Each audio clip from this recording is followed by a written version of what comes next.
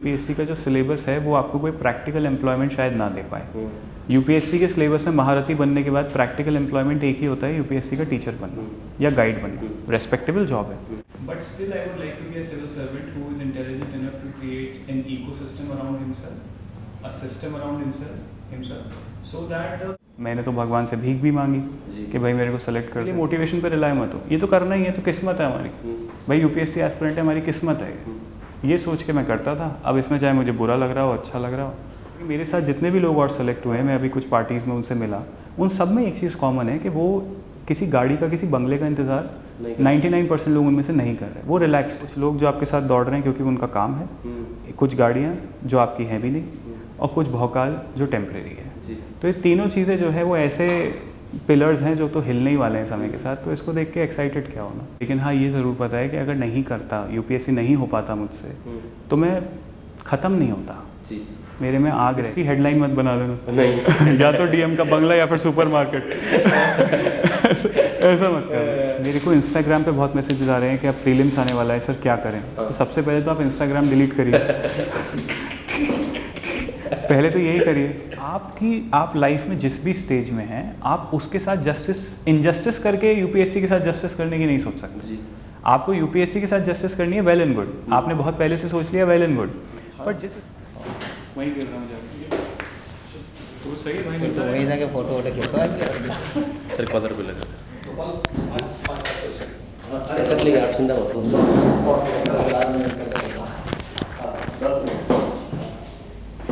चले भाई।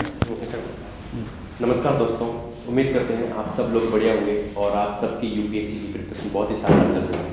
आज हमारे साथ चल रहे हैं 58 रैंक के साथ 2023 के अंदर यूपीएससी की फाइनल लिस्ट में सिलेक्शन हुआ।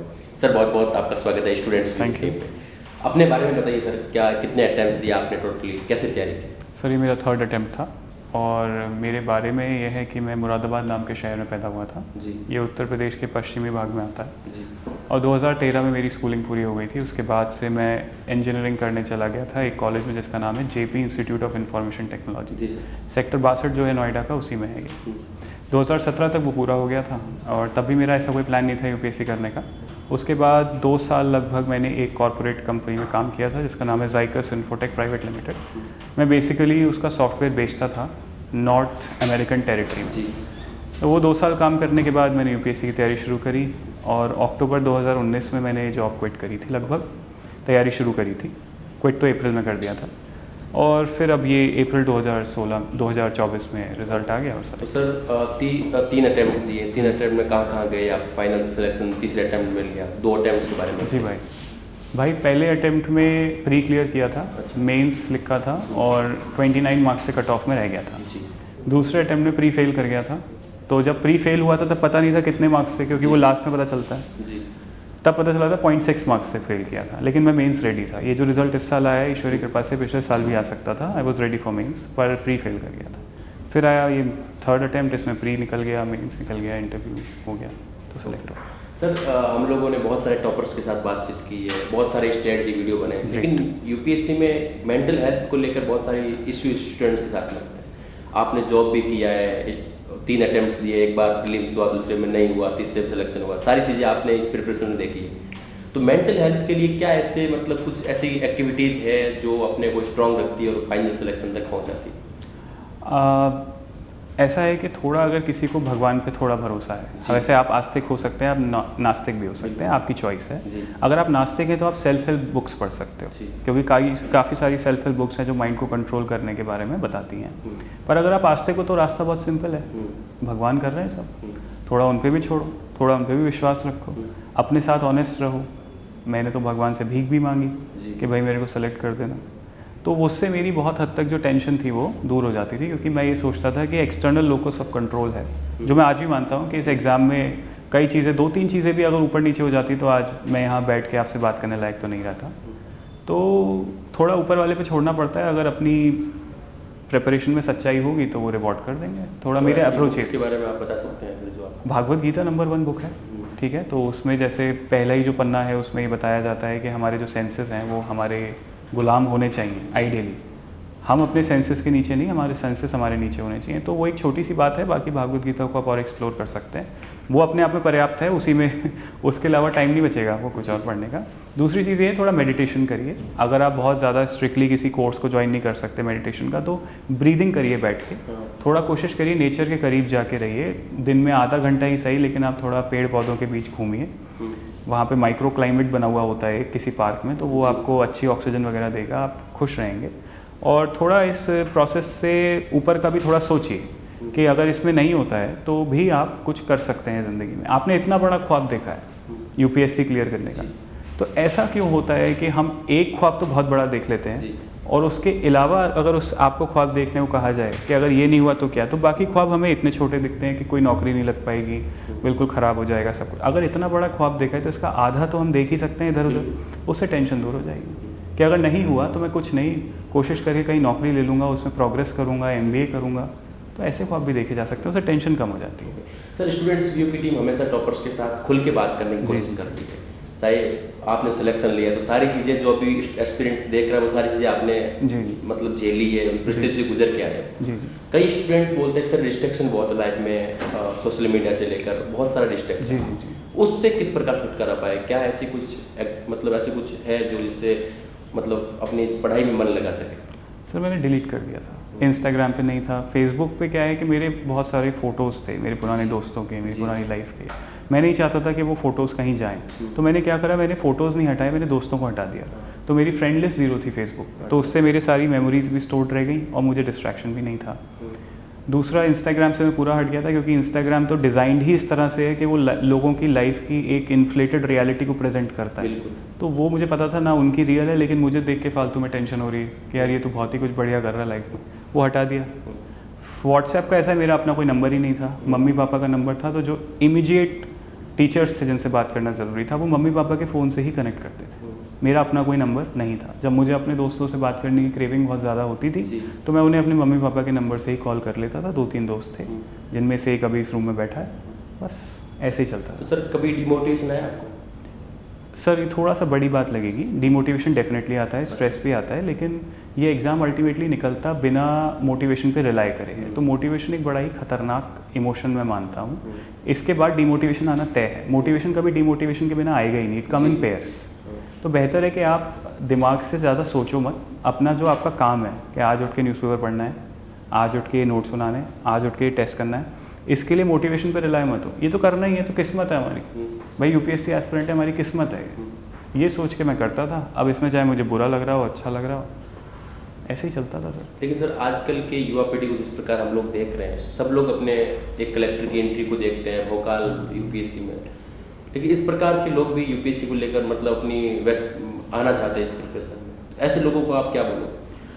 मैं ऐसा कहूँगा कि देखो, हर किसी की परिस्थितियाँ थोड़ी अलग होती हैं। हो सकता है कि जो रील को देख रहा है, उसने बेचारे ने कभी अपने घर में गाड़ी खड़ी हुई ना देखी हो, कभी उसके माँ बाप को, उसको खुद को कभी इज्जत ही ना मिली हो समाज में। कारण हो सकते हैं कि वो क्यों देख रहा है उसे, लेकिन मैं फिर भी कहूँगा कि ठीक है देख लिया, लेकिन इस परिस्थिति से हमें थोड़ा सा ऊपर उठना है जी।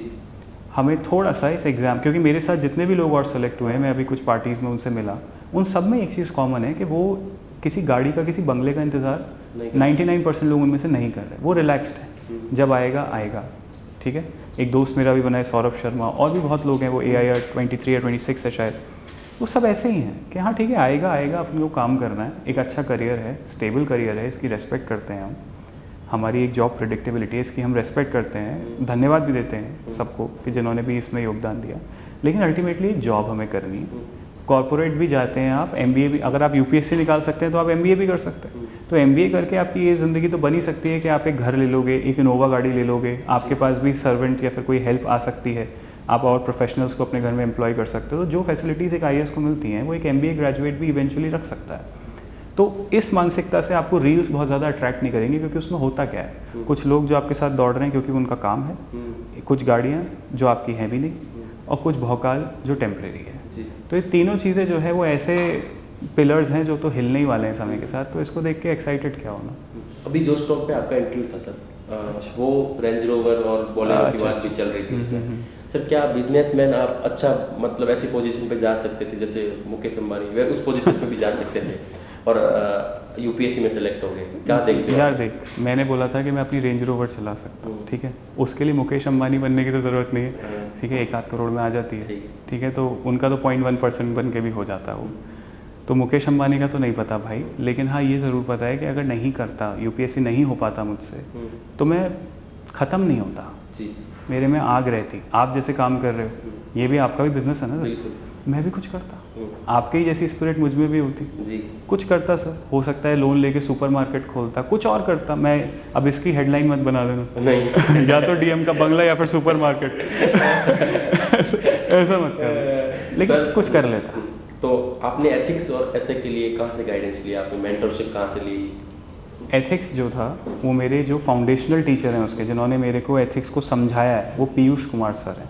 उनका टेलीग्राम चैनल भी है, उनका यूट्यूब भी है। फिर मैंने वहाँ मैं क्या करता था, एक कोचिंग से अपने फाउंडेशन के नोट्स लेता था, पढ़ाई करता था, और दूसरी कोचिंग में उसकी टेस्ट सीरीज लगाता, ताकि ऐसा ना हो कि एक ने सिखाया, एक ही ने चेक कर दिया, शाबाशी दे दी और लुट गए हम रियल एग्ज़ाम में। तो इसी वजह से मैं एक जगह से जब फाउंडेशन करा तो मैंने टेस्ट सीरीज़ लगा ली मनोज के झा सर के साथ जीएस स्कोर में। उन्होंने टेस्ट सीरीज़ में मेरे 2 टेस्ट मैंने लिखे थे, टेस्ट तो कई सारे थे उस टेस्ट सीरीज़ में, मैं 2 ही लिख पाया। उसमें हमारी वीडियो कॉल हुई थी, उन्होंने उसमें इम्प्रूवमेंट कराए थे, रिप्रेजेंटेशन इम्प्रूव कराया था। ये मेरी स्ट्रैटेजी। तो मनोज सर से मतलब हेल्प मिली एक्चुअली? हाँ, एथिक्स की टेस्ट सीरीज़ में मुझे डेफिनेटली हेल्प मिली, और इंटरव्यू में तो मिली थी। ओके। और सर थोड़ा प्रीलिम्स को बात करते हैं, अभी प्रीलिम्स बहुत कम है, क्या क्या अभी नहीं करना, क्योंकि सब चीज़ें अब जो प्रीलिम्स सीरियस एस्पिरेंट है वो तो सब कुछ पढ़ लिया है, लेकिन इस कंडीशन में क्या क्या नहीं करना आपने? मेरे को इंस्टाग्राम पे बहुत मैसेजेस आ रहे हैं कि अब प्रीलिम्स आने वाला है सर, क्या करें? तो सबसे पहले तो आप इंस्टाग्राम डिलीट करिए पहले तो यही करिए, और परेशान मत होइए। अभी मैंने स्ट्रैटेजी शेयर करी है इसी इंस्टीट्यूट में, तो वही है, फाउंडेशन पे फोकस रखिए, because king maker is the static part. Current affairs just insures that you are comfortable above the cut off. अपनी टेंशन ज़्यादा मत लीजिए, सीसैट को इग्नोर मत करिए, टेस्ट लगा रहे हैं भले ही कम लगा रहे हैं उसको ज़्यादा देर तक समझिए, PYQs को इग्नोर मत करिए, स्टैटिक को 4 बार रिवाइज करिए, करंट अफेयर का कोई एक सोर्स पकड़ के 4 बार रिवाइज करिए, दिमाग को शांत रखिए, प्रीलिम्स दे दीजिए। ओके सर, 2-3 और क्वेश्चन है, नॉर्मली क्वेश्चन है सर। सिलेक्शन के बाद कुछ लाइफ में संजय जैसा कुछ देखते हैं आप खुद में? यार मुझ में तो, मैं शीशे में आज भी वैसा ही दिखाई देता हूँ, लेकिन ऐसा है कि हाँ थोड़ा सा रिलैक्स्ड हूँ कि मुझे प्रीलिम्स नहीं देना, क्योंकि अभी मैं उपदेश दे रहा हूँ। अगर मुझे प्रीलिम्स देना पड़ता अभी तो अभी किताब में होता, मैं पूरा दिन वहीं पे होता, और शायद मेरे पास इंस्टाग्राम का किसी भी चीज़ का टाइम नहीं होता। मैं शायद टॉपर्स के नाम भी नहीं देखता कि टॉप 1 से 10 कौन आया है, वो भी नहीं देखता, क्योंकि मुझे जेलसी होती। तो मैं तो अपनी पढ़ाई कर रहा होता यार, तो यही है। और ये मुझे अब नहीं करना पड़ रहा, मैं अपने दोस्तों के साथ दोबारा रिकंडल कर पा रहा हूँ, अपनी फैमिली के साथ बैठ के रिलैक्स होकर बात कर पा रहा हूँ। भले एक छत के नीचे रहते थे हम, बात ज़्यादा नहीं कर पाते थे, तो ये सब कर पा रहा हूँ, तो इसलिए मुझे अब थोड़ा रिलैक्स फील हो रहा है, मैं वापस इंसान बन गया हूँ, बस ये। कई बार सर टॉपर्स ये बोलते हैं कि यूपीएससी की तैयारी में अगर फेल भी हो जाते हो, यूपीएससी की प्रिपरेशन आपको एक बहुत स्ट्रॉन्ग और एक अच्छा व्यक्ति बनाता है, क्या सोचते हो सर? ये बात बिल्कुल सच है, लेकिन ये भी सच है कि यूपीएससी का जो सिलेबस है वो आपको कोई प्रैक्टिकल एम्प्लॉयमेंट शायद ना दे पाए।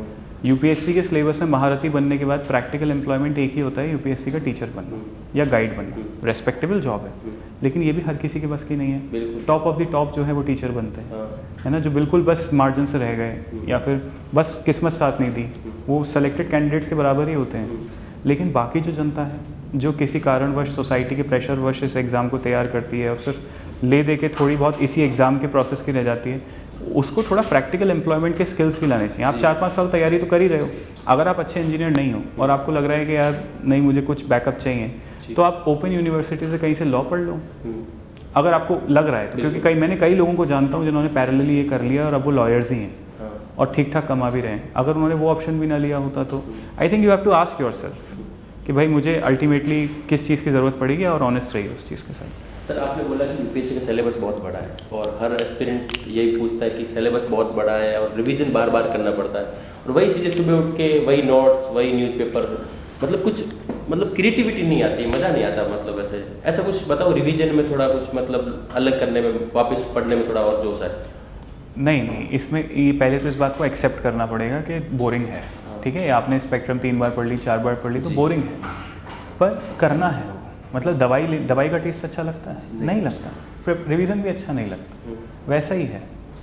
तो और मोस्ट ऑफ दी जॉब्स भी ऐसे ही हैं, मतलब कोई भी चीज़ जिसमें अगर आपको अच्छा होना है आपको रिपीट तो करना ही पड़ेगा।